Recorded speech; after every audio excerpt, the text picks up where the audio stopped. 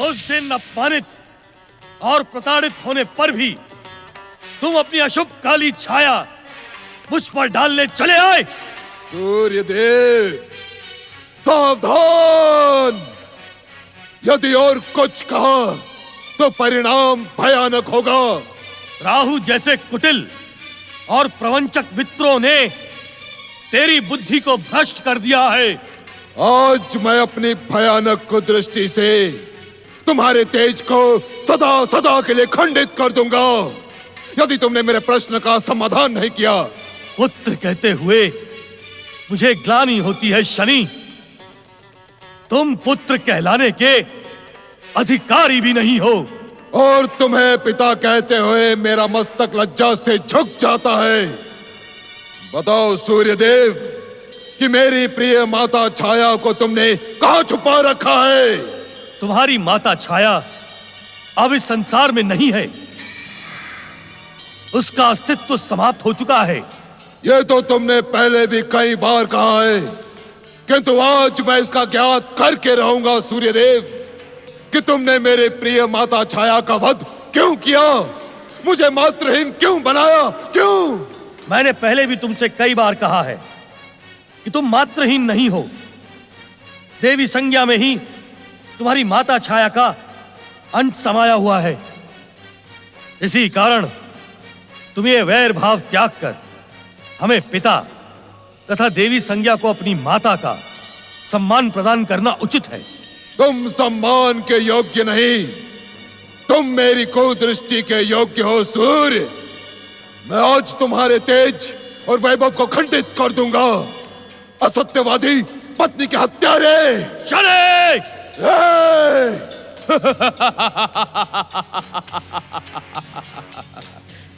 सत्य सदैव विष के समान कड़वा होता है सूर्य। नहीं, यह सत्य नहीं है। छाया की हत्या नहीं हुई है। तो वे कहां हैं? उनका अंश संज्ञा में समा गया है। यह सत्य है। तुम अपने आप को बचाने की चेष्टा कर रहे हो। तुम पत्नी के हत्यारे हो। चले। पत्नी घाती सूर्य को आज ना छोड़ो शनि, मैं तुम्हारे साथ हूं। राहु, अपनी सीमाओं में रहो, अन्यथा मैं अपने तेज से तुम दोनों को भस्म कर दूंगा।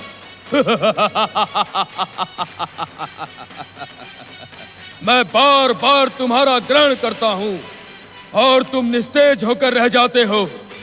यदि तुम में शक्ति होती तो मुझे पहले ही भस्म कर देते।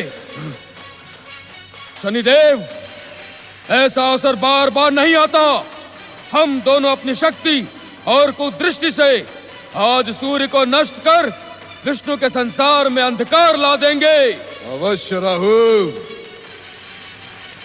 इस दुष्ट प्रवंचक को दंड मिलना उचित ही होगा। चले।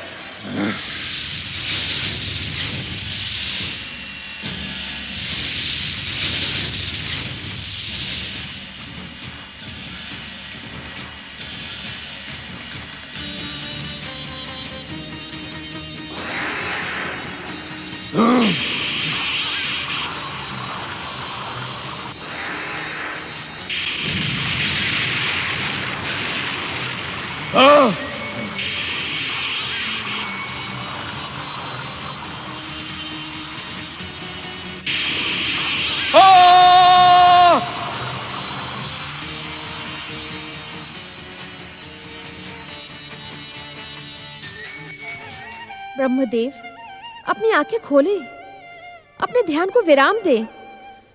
सूर्य और शनि के मध्य चल रही शत्रुता को देखकर मेरे मन में एक के बाद एक प्रश्न उठ रहे हैं। मेरे प्रश्नों का समाधान करें स्वामी।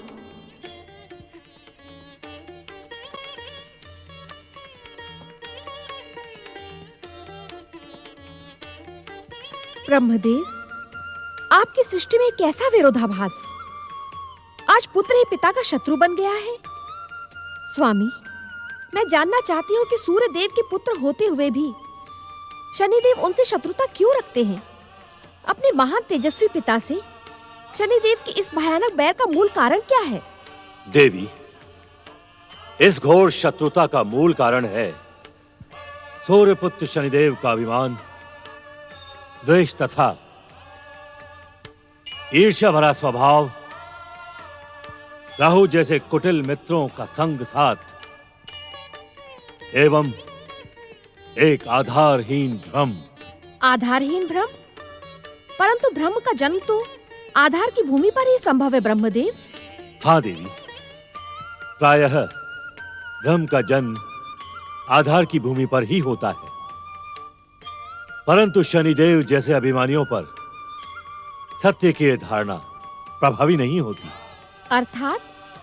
अर्थात पिता पुत्र की इस घोर शत्रुता के मूल में एक ऐसा रहस्य है, एक ऐसा कारण है देवी, जो प्रचारित और जाना पहचाना होते हुए भी अनजाना है। आज आप कैसी रहस्यमयी भाषा बोल रहे हैं ब्रह्मदेव? भाषा का रहस्य, भाषा, शब्द और वाणी की स्वामिनी वाग देवी सरस्वती से छुपा तो नहीं है। छुपा भले ही ना हो स्वामी, परंतु आपकी बातें सुनकर सूर्य और शनि की द्वेष की कथा जानने के लिए मेरी जिज्ञासा और बढ़ चुकी है। जो जाना पहचाना हो, प्रचारित और विदित हो, वो अनजाना कैसे हो सकता है? देवी, इस संसार में अनेकों बार स्वयं की आंखों से देखा और स्वयं के कानों से सुना सत्य सत्य नहीं होता। अर्थात का ज्ञान तुम्हें सूर्यदेव और शनिदेव की कथा सुनने पर हो जाएगा। अवश्य स्वामी, मैं इन महान पिता पुत्र की कथा सुनने के लिए उत्सुक हूँ। आप यथाशीघ्र ही मुझे इस कथा का ज्ञान कराएं, मेरी जिज्ञासा और मेरे प्रश्नों को शांत करें। अवश्य देवी। जहां एक ओर संसार को अपने प्रचंड तेज से प्रकाशित करने वाले अदिति पुत्र सूर्यदेव हैं, तो दूसरी ओर संसार वासियों के भाग्य अनुसार दंड का विधान रचने वाले शनिदेव हैं। और पिता पुत्र की शत्रुता के मध्य एक अनजाना भ्रम। देवी, इस कथा को जानने के लिए तुम्हें सबसे पहले देव शिल्पी विश्वकर्मा के विश्वकर्मा लोक में चलना होगा, जहां विश्वकर्मा की सबसे युवा पुत्री देवी संज्ञा एक दिन न जाने किस कल्पना में खोई बैठी थी। उसी समय उसकी छोटी बहन बृहस्पति ने कक्ष में प्रवेश कर अपनी दीदी संज्ञा की तंद्रा तोड़ने का प्रयास किया।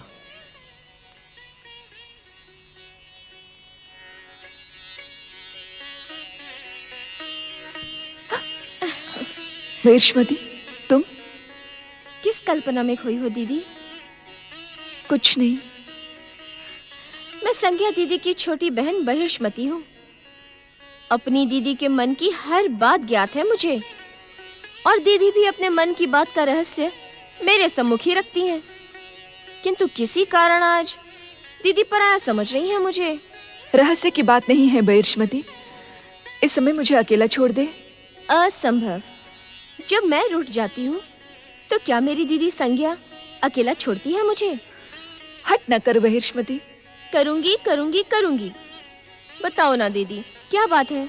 मुझे ज्ञात है तू ऐसे नहीं मानने वाली, किंतु बृहस्पति, क्या तुझे ज्ञात नहीं कि आजकल राजप्रासाद में हर कोई मेरे विवाह के लिए चिंतित है? मैं तो नहीं हूँ संज्ञा दीदी, क्योंकि विवाह के पश्चात मेरा और मेरी प्रिय दीदी का साथ जो छूट जाएगा ना। परिहास न कर बृहस्पति। इस समय मेरा मन ये सोचकर उद्विग्न है कि वो कौन होगा जिसके साथ मेरे जीवन की डोर बंधेगी। कोई ना कोई तो होगा ही बृहस्पति। किंतु मेरी दीदी का कल्पना पुरुष है कौन? तनिक मुझे भी तो ज्ञात हो। मैं यही सोच रही थी कि मेरा जीवन साथी रूपवान, श्रेष्ठ, तेजस्वी होने के साथ साथ मेरे मन के भावनाओं के प्रति आदर रखने वाला, मुझसे स्नेह करने वाला हो। अरे रे रे रे रे रे रे रे रे, एक साथ इतनी अधिक विशेषताओं वाला पुरुष?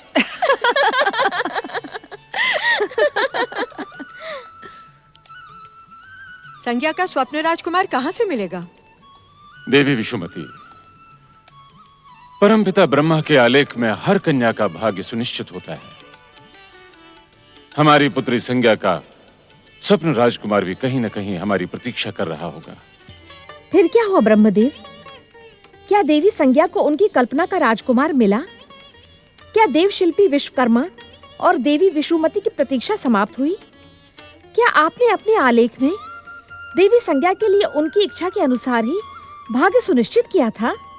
एक साथ इतने सारे प्रश्न इस बात का संकेत दे रहे हैं कि आप इस कथा की रोचकता से जुड़ चुकी हैं। ये मेरे प्रश्नों का उत्तर नहीं है ब्रह्मदेव। देवी, मैं आपके प्रश्नों के उत्तर में केवल इतना ही कहूंगा कि हाँ, संज्ञा की कल्पना का राजकुमार हमारे आलेख में पहले ही लिखा जा चुका था। विश्वकर्मा और देवी विशुमती की चिंता का अंत करने के लिए हम विश्वकर्मा लोग गए। हमने विश्वकर्मा और देवी विशुमती को अदिति पुत्र सूर्यदेव का परिचय देते हुए कहा कि अदिति पुत्र सूर्यदेव ही संज्ञा के पति होंगे। आप दोनों उन्हें प्रसन्न करें। हमारी बात मानकर उन दोनों ने नदी तट पर जाकर सूर्यदेव की आराधना प्रारंभ की। सूर्य नारायणाय नमो नमः। ओम दिवाकराय नमो नमः। ओम आदित्याय नमो नमः। ओम भास्कराय नमो नमः। ओम सूर्यदेवाय नमो नमः। ओम सूर्यदेवाय नमो नमः। ओम सूर्यदेवाय नमो नमः। ओम सूर्यदेवाय नमो नमः। ओम सूर्यदेवाय नमो नमः। ओम सूर्यदेवाय नमो नमः। ओम सूर्यदेवाय नमो नमः। ओम सूर्यदेवाय नमो नमः। ओम सूर्यदेवाय नमो नमः। ओम सूर्यदेवाय नमो नमः। ओम सूर्यदेवाय नमो नमः। ओम सूर्यदेवाय नमो नमः। ओम सूर्यदेवाय नमो नमः। ओम सूर्यदेवाय नमो नमः। ओम सूर्यदेवाय नमो नमः। ओम सूर्यदेवाय नमो नमः। ओम सूर्यदेवाय नमो नमः। ओम सूर्यदेवाय नमो नमः। ओम विश्वकर्मा देव, सूर्यदेवाय नमो नमः। देवी विशुमती, सूर्यदेव,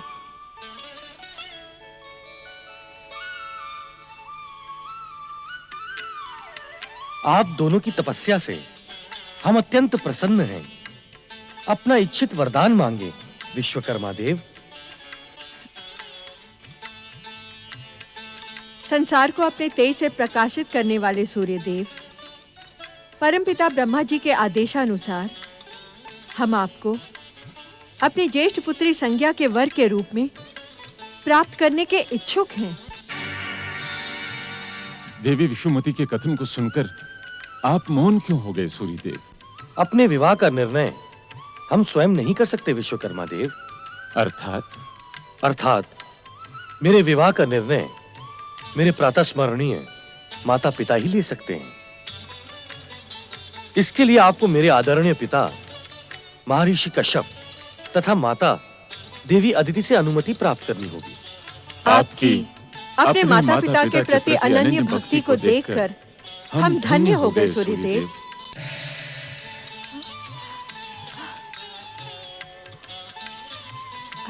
देवी, हमें कश्यप मुनि के आश्रम शीघ्र ही चलना होगा।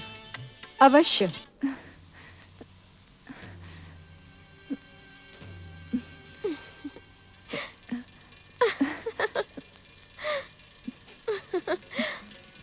अरे अरे अरे, मेरी परम प्रिय दीदी इतनी शीघ्र पराजय कैसे स्वीकार कर सकती है? परिहास न कर बहिर्ष्मति, इस समय मेरा मन खिन्न है। तुम्हारी खिन्नता का उपचार करने ही तो मैं आई हूँ। तुम्हारे भावी पति सूर्यदेव ने माताश्री और पिताश्री की आराधना को अस्वीकार नहीं किया है, अपितु उन्होंने कहा कि इसके लिए मेरे माता पिता से अनुमति लें अब तो ये विवाह निश्चित ही है। भला तुम जैसी सुशील, रूपवान, विश्वकर्मा पुत्री को वे पुत्रवधु के रूप में स्वीकार क्यों नहीं करेंगे? तू नहीं समझती बहिष्मति, सूर्य देव को पति रूप में प्राप्त करने का विचार ही मुझे भयभीत कर देता है। ये तुम क्या कह रही हो दीदी? सत्य कह रही हूँ बहन। जिस सूर्य के तेज से सारा संसार ताप का अनुभव करता है, उसके समीप जाकर मेरा शरीर भस्म नहीं हो जाएगा? पति का प्रेम भस्म नहीं करता दीदी, अपितु स्नेह की शीतलता प्रदान करता है। सूर्य देव के दो रूप हैं, एक शांत शीतल देवता का और दूसरा ताप देने वाले भास्कर का। तुम्हें तो वो शीतलता प्रदान करने वाले देवता के रूप में प्राप्त होंगे। तू मेरी भावनाओं को समझ नहीं रही है बहिष्मति, और मैं तुझे समझा भी नहीं पाऊंगी।